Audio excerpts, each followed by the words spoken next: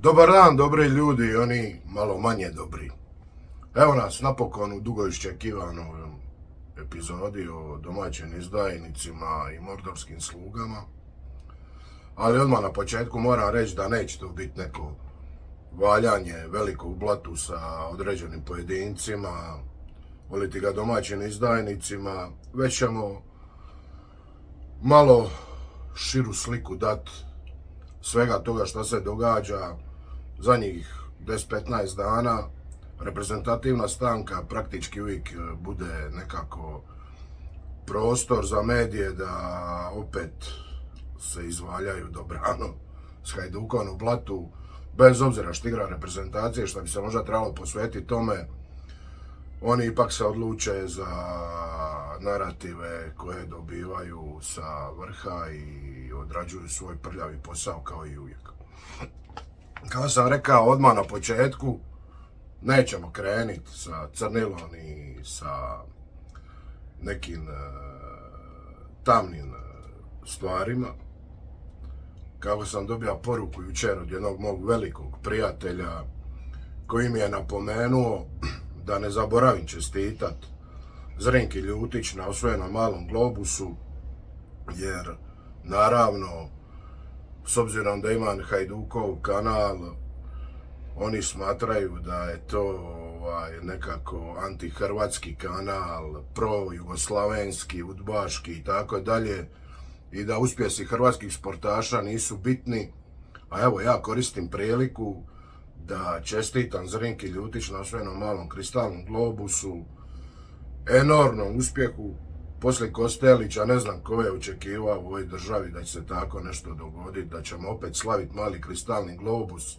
Želim on spektakularan doček, što zaslužuje, kao i svi sportaši do sad koji su imali velike dočeke. Zrinka Ljutić zaslužuje ogroman doček, to je ogroman uspjeh i jednostavno to je sportski rezultat koji mora ostati zabilježen. Odmah, s obzirom da smo na tim temama, nekako ćemo se ogrebat o Švicarce koji su pokušali umanjiti Zrinkin uspjeh. Pokušali su se, kako mi kažemo, valjati u blatu sa Zrinkom, jer neko je ozlijeđen, neko nije ozlijeđen, da je ovako bilo, da je onako bilo, ne bi to bilo kako je. A ja kažem da nije bilo Drugog svjetskog rata, ta Švicarska bi još bila scelendra, da nije bilo nacističkog zlata. Mi Hrvati bi poslije odrađene sezone došli u taj pitoreskni kraj, malo se odmorit, sa gomilom para, u zemlju čobana i mljekara, uživat u niskim cijenama i prekrasnim proizvodima, lijepoj prirodi. Ali, kako to oni kažu da je bilo ovako, onako, bilo je onako, pa su oni sad veliki bankari, veliki financijeri, s čim? Sa ukradenim zlatom. Tako da uvijek medalja ima dvije strane i mi ćemo prikazati jednu i drugu stranu kao se god nekome sviđalo ili ne sviđalo. Kako smo krenuli sa mojim velikim prijateljom, velikim Hrvatom i katolikom koji se krsti kao Raul kad da gol, nastavit ćemo u tom stilu, jer imamo jednog još većeg Hrvata, još većeg katolika, još većeg Hajdukovca. Svi znamo o kome se radi, ne treba ga uopće spominjat.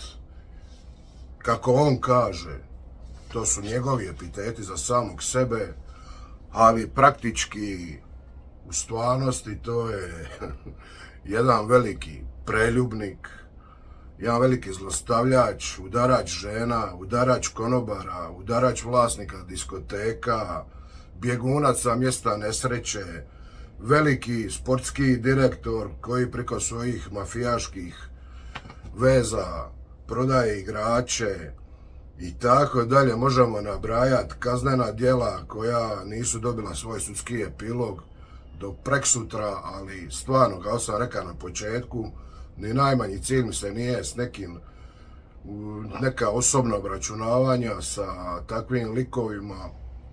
Ja, na primjer, nikad ne bi napravio to da mu se ne dopusti ulazak na skupštinu Hajduka. neka ono, kako kaže stara poslovica, prijatelja drži blizu, neprijatelja još bliže. Nek dođe, nek kaže šta ima, nek opet ispriča svoje bajke, svi znamo ko je šta je i jednostavno treba mu dopustiti. To nije način da mu se ne dopusti da uđe na skupštinu. Nek uđe, nek priča šta hoće, mi svi znamo šta je. Ja sam ga uzeo za pričat o njemu u ovom prvom dijelu samo iz jednog razloga, biti dva. Prvi razlog je Ivan Rakitić. Jedan momak tako dobro odgojen, na ponos i diku svojih roditelja, kojeg jedna takva, neću reći spodoba, uzima u usta i priča o njemu da ga je neko obrlatija, da ga je neko mu napunija glavu, da mu je neko... On momak je rekao istinu i ta istina boli. Meni je jasno da istina boli. Momak je samo rekao istinu. Za razliku od mnogih. I ono, jednostavno vidim da ta njegova pristojnost, taj njegov odgoj mu ne da nešto ostane nedorečeno i kao takvo on pokušava sad se opravdavati. Nema razloga, Ivane, se opravdavati, ti si u pravu. Drugi nisu u pravu, drugi te valjaju u blatu, ti si rekao ono šta je i sad kome drago, kome kriv. Ono, pokušavaju te dekoncentrira, pokušavaju tvoje misli odagnat s terena da se valjaš s njima. To je njihov narativ, trebaš zaboraviti to, igrat si Hajduka i to će ti se događati na dnevnoj bazi. I o gospodinu dotičnome pričamo samo isključivo jer je uzeo Ivana Rakitića u svoja usta. A ovo sve drugo smo već čuli i vidjeli iz svih, doslovno svih medija. Znači, kad god ti triba pljucanje Hajduka, pozovi gospodina i gospodin se pojavljuje i pljuca u prime time u 2 ure Hajduk. Druga stvar zbog koje pričamo o tom gospodinu je podcast u kojem je nastupao. Gdje je određeni gospodin Filip ko zaljubljena šiparica gleda u Igora, trepće okicama, sluša ksenofobna ludila i gaženje Hajduka, ne može jednostavno od trepkanja okica doći do riječi. Gleda ono i u čudu, zaljubljen. Tako da to je ono u sendviču između ugošćavanja Tarzana i jednog od najvećih rektalnih alpinista po Mamićevim guzovima i unutrašnjosti gospodina Blažička, smjestio se i gospodin Štimac. Šta je sljedeći? Mamić, direktno iz Međugorja. To je sljedeća epizoda. Razni Filipi, Milani, koji ne znaju, niti su spregni svoju mržnju u prime time u tim podcastima protiv Hajduka. Jednostavno ne znaju su spregniti mržnju, ono. Pa daj bar malo objektivnosti, bar malo ok, navijaci Dinama, razumijem, sve 5. Ali čemu to ti se trudiš biti neki nacionalni podcast. Ako želiš biti Dinamo podcast, onda se tako deklarira, nemoj biti nacionalni podcast. Onda bude Dinamo podcast, pričaj sve u redu. Onda mogu razumjeti da ti Hajduk nije drag i da ga mrziš i da to ne možeš uspregnuti. Ovako ne mogu. Jednostavno ne mogu. Kad smo se dotakli toga, znači jednog od ključnih domaćih izdajnika koji je bio veliki Hajdukov igrač, veliki borac za Hajduk dok mu se nije ponudila stolica izbornika nogometne reprezentacije Hrvatske, koja je u tren promijenila kompletni narativ svega što se u njegovoj glavi do tada događalo. Sad ćemo se malo prebaciti na ovaj drugi dio, na sluge, znači mordorske sluge. Zašto kažem mordorske sluge? Jedan biograf je pozvao skupinu novinara u svoje odaje, razne kroničare, razne nepotpisane likove u raznim medijima, razne bljuvotine bljuvotinske medijske kuće i održao sastanak kako je Saruma obilježavao rukom svoje orke, tako je on zećom šapom obilježavao svoje novinare i poslao ih da siju zlo protiv Hajduka i to vidimo na dnevnoj bazi. Na dnevnoj bazi priča povlačenja Rakitića, valjanja po podu raznih likova iz bajke koji ne znaju napraviti 3 na nogu. Uzimaju usta Ivana Rakitića i pričaju o njemu. Pričaju o tome šta on triba reći, šta nije triba reći. Pričaju o tome da stvara nekakvu mržnju, da stvara pred reprezentaciju nešto. Oni stvaraju. Oni 35 godina stvaraju svaki dan sukob juga i sjevera. Iz njihovih pera svaki dan se, prije svakog derbija, se pali sve. Sve gori cijela Hrvatska. Zašto? Da bi oni prodali 3 novine više. Dobili 2 klika više. I to je taj narativ po kojem se sve može goriti. Sve se može zapaliti samo da oni ispune svojih 100 klikova, 200 klikova. Ali ovdje nije čak ni pitanje, ni clickbaita, ni ničega. Pitanje je jedne organizacije, jednog kluba koji poziva određene svoje strukture medijske, da im isprezentira medijski plan kako će se do kraja sezone gazi Hajduk. Šta je bit, šta trebaju raditi, kako trebaju raditi. I to gledamo svaki dan. Čitamo, gledamo iz tih podcasta, iz tih tiskovina, iz svega toga izmišljaju se razni igrači, Luka, Bradarić, 5. liga, veliki Hajdukov talent. Pranjić misli da je njega indeks ugostija da bi pričao o sebi. A ugostija te, sinko, da kažeš da si bija Hajduku nizak i to je na naslovnici. Razni pudari, treneri, najveće legende Hajdukove dopuštaju da svaki put naprave od njih budale, da ne iskoriste ih i da izvade što njima triba i obračunavaju se s Hajdukom. To je taj narativ o kojem sam htio pričati i o kojem ćemo svakako u nastavku pričati. Koji je bila velika tema? Gattuso napao je čovjeka koji sije ksenofobiju u prime time. Zašto? Zato jer nije dopustio da se o njegovim igračima više tako priča. Pogledajmo Uremovića. 3 žuta kartona u 3 utakmice. Zašto? Zato jer taj gospodin direktno traži da se svaku utakmicu Uremoviću daje karton. Jer Uremović reagira na startove u kojima ne postoji faul. I zato dobiva žuti. Zato reagira na nepravdu. I taj čovjek traži da ga se kažnjava. I radi se to, evo ga. Za 3 utakmice, 3 kartona i nema ga sad sljedeću utakmicu. To je njegovo veliko djelo. Ali isto tako, s druge strane, da ne ispadne da je sve crno u tom Dinamu i oko Dinama, imaju trenera, velikog gospodina, koji je izašao i rekao istinu. Podržao Gattusa i rekao istinu. Da razumi zašto je Gattuso tako istupio i da mu je sve jasno, jer se isto događa i s njegovim igračima. Jer su im gaće ovako ili onako. Čista ksenofobija. Čovjek govori, problem što smo mi stranci, mi plaćamo tu porez, ko i taj gospodin koji priča o njima, isto. Taj gospodin je isto igrao negdje, vanka, i zarađivao svoj kruh, negdje vanka. Kako bi bilo da se tako o njemu pričalo svakih 7 dana i da ga se povlačilo po leđu? Bi mu bilo lijepo, ne bi? Pa zašto to radiš drugom? Zašto to radiš strancima u Hrvatskoj? Šta su ti oni krivi? Neko ih je odabrao, neko im je da plaću i taj neko će snositi za to odgovornost, ako to nije kako treba. Sigurno nisi ti taj koji će pričati o tom. Bar ne na način na koji pričaš.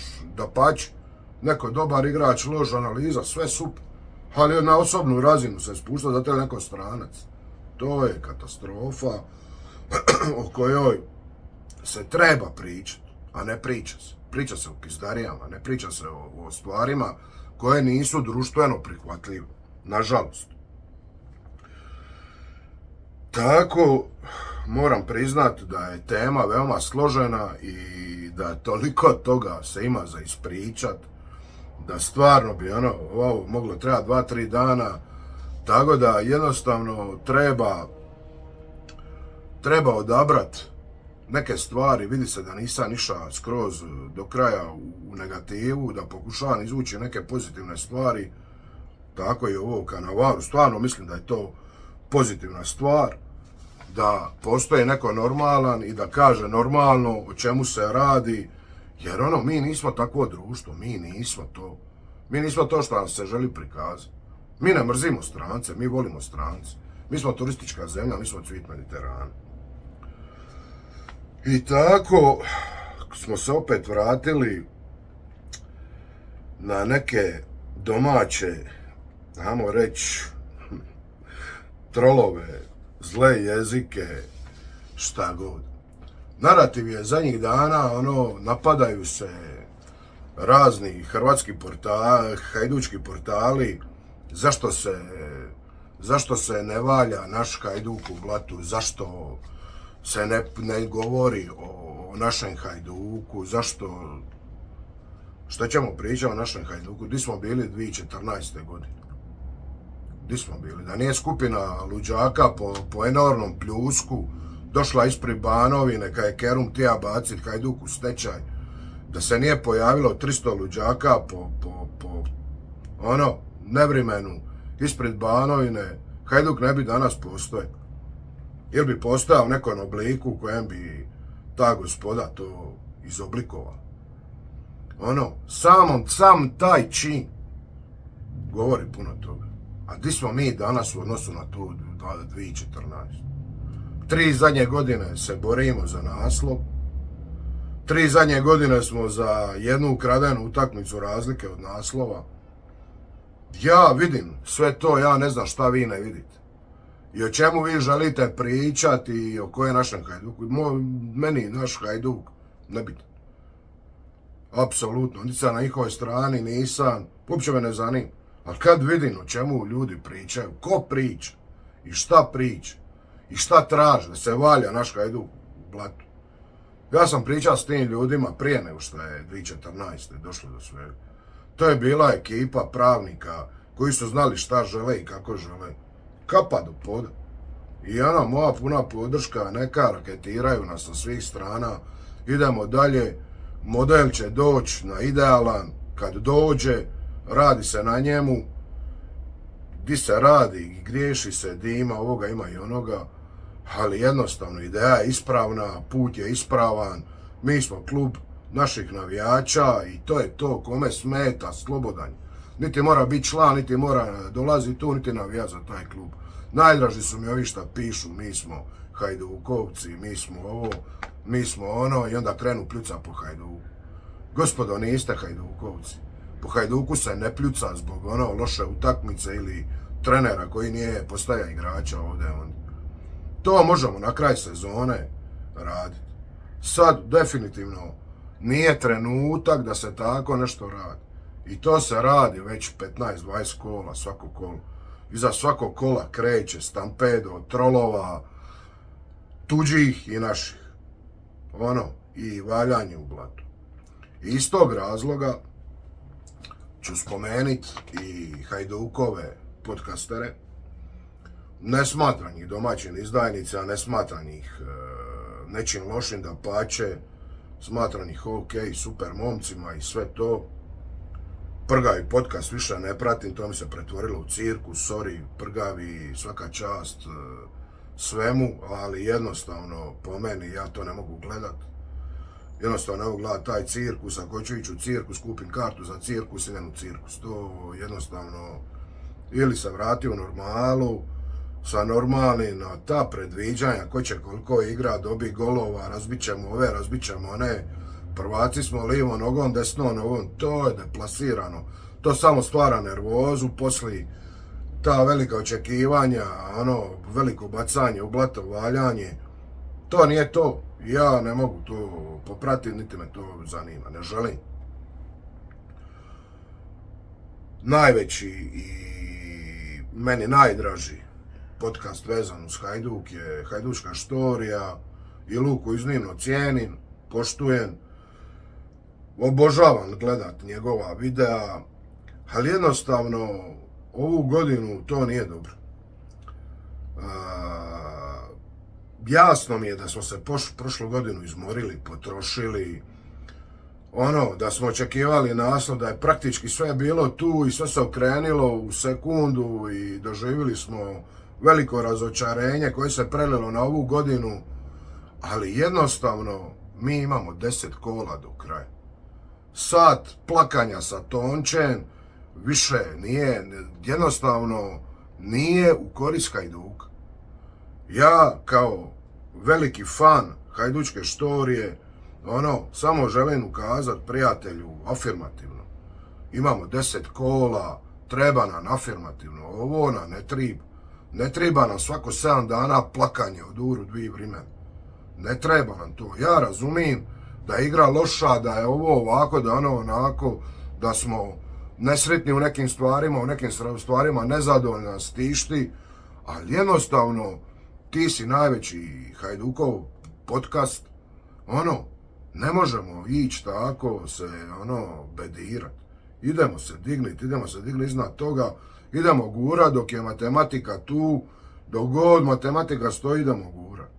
Velika podrška i ako je moguća ta lagana korekcija, ja bi veoma zahvala, ne zbog sebe nego zbog Hajduka. To bi bilo to. Ovi drugi svi relevantni, uopće nebitno o njima pričat i raspravljati. Ovaj dio domaćih izdajnika, tu je hrpetina hajdučkih legendi, Hajdukovih bivših igrača, trenera, ne znam čega. Ljudi pričaju bajke doslovno, znači uspoređuju vrijeme u kojem je Hajduk bio velik. Zašto je bio velik? Zato jer se do 27. godine nije moglo izaći iz države, mora se igrati unutar države do 27. godine, tek si poslije mogao napustiti, 28. nije bitno. Znači ima si igrače 8-9 godina u svom rosteru. Ako je neko bio vrhunski sa 17 je krenija, 10 godina je bio na svojoj poziciji. Ima si 10 generacija za složiti ekipu koja je harala po Evropi. Ti danas, dite na treningu napravi 3 na nogu, dolazi menadžer, kupuje ga. Po čemu ćemo komparirati te dvije stvari? To je neusporedivo. Apsolutno neusporedivo. I onda priče, kad počnu priče, iz te perspektive završi ovako kako završi. Da svaki put se pojavi neki lik koji, te traži, a ti ko egocentrik, ko egotriper, neko te napokon traži, jer te niko ne traži, pol godine, godinu, si spreman sve napraviti, pa i valja se s Hajdukom u blatu da bi dobio tu medijsku pozornost. Ne treba ti ta medijska pozornost. Ne treba ti to. Ne pomažeš tome klubu kojeg voliš, čija si legenda i ne znam šta. Ne pomažeš, da pače odmažeš. Iza tebe se aktivira milion trolova i to igrači čitaju, to treneri čitaju, nažalost, i ti si dio tog problema. Osim što se institucionalno 35 godina uništava Hajduk kroz sve institucije HNS. Vi stare hajdučke legende isto tome pridonosite. Valjate se s Hajdukom svaki dan u blatu, nemojte to raditi. Super si mi ti, Kate, i sve to super. Daj, brate, sjaši više. Ugošćujete najveći, analni alpinist Mamić. Znači, Blažičko je čak za njega mala beba. Lik iz Cetinske krajine koji sebe naziva Hajdukovcom, svaku nedjelju mi okrene želudac, uništi nedjeljni obid. Veliki Hajdukovac. Čovjek, ne znam koji benefit je svih tih njegovih 20 godina. Moguće ova praznina, moguće to da je šuškono nešto u džep, moguće ta velika ljubav prema Hajduku da on želi potaknuti nešto. Mislim, to je takva sramota, to je takvo novinarstvo. Da čovjek ima svako 7 dana emisiju u kojemu je glavna tema uništavanje Hajduka, pričanje o Hajduku. Pričaj o nečemu drugome, sinku. Ali onda nisi gledan, onda nemaš ovih klikova, bajtova, svojih ekskepada, cirkusa. I svaki put pričanja da si ti Hajdukovac, ma ti si ono, sinko, ti ne kažeš šta si. Ti si sve osim Hajdukovac. A ono, jedna moralna nakaza prvenstveno. I tako preko te moralne nakaze smo došli lagano do kraja. Do kraja, jer neću dalje širiti ovu priču i neću dalje ulaziti.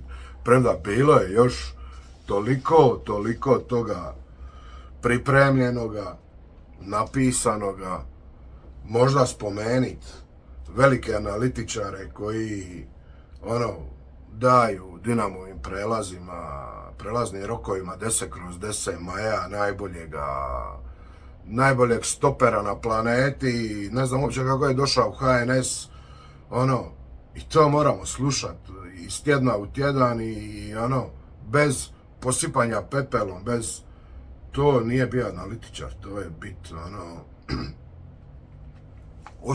osobni neki amuzitet prema nečemu, ne znam prema čemu, ali ako si već u prime time-u izreka nešto što se pokazalo da je totalna neistina, onda se pospi pepel, pa bar jedan put priznaj da nisi u pravu, ne, sve druge si spreman kritizirati i narugat se nečemu, ali nisi spreman prihvati kritiku.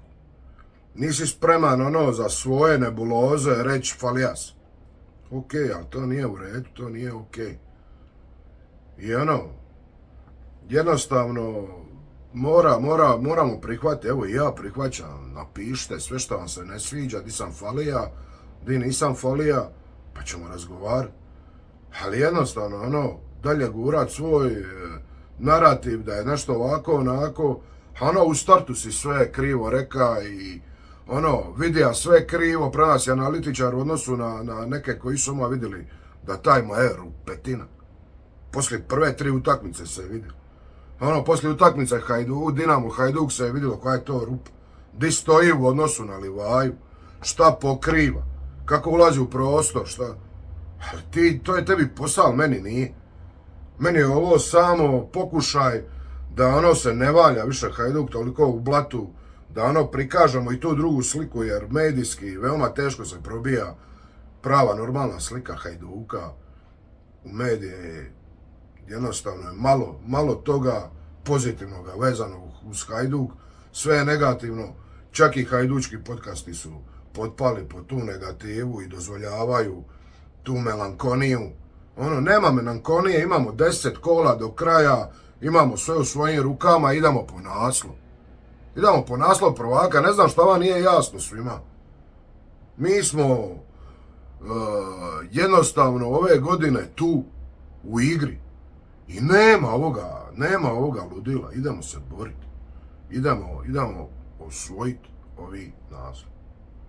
Dragi moji, evo, nadam se da ste bili zadovoljni, ako jeste, niste, recite mi, subscribe, like, share, šta god, dislike, apsolutno nema nikakvi problem s ničim, tu sam, pričat ćemo, razgovarat, otvoreno o svemu, imam svoje mišljenje, iznosim ga i uvijek ću ga branit, argumentirano, ako imate argumente, tu sam, idemo se obračunati, što se kaže.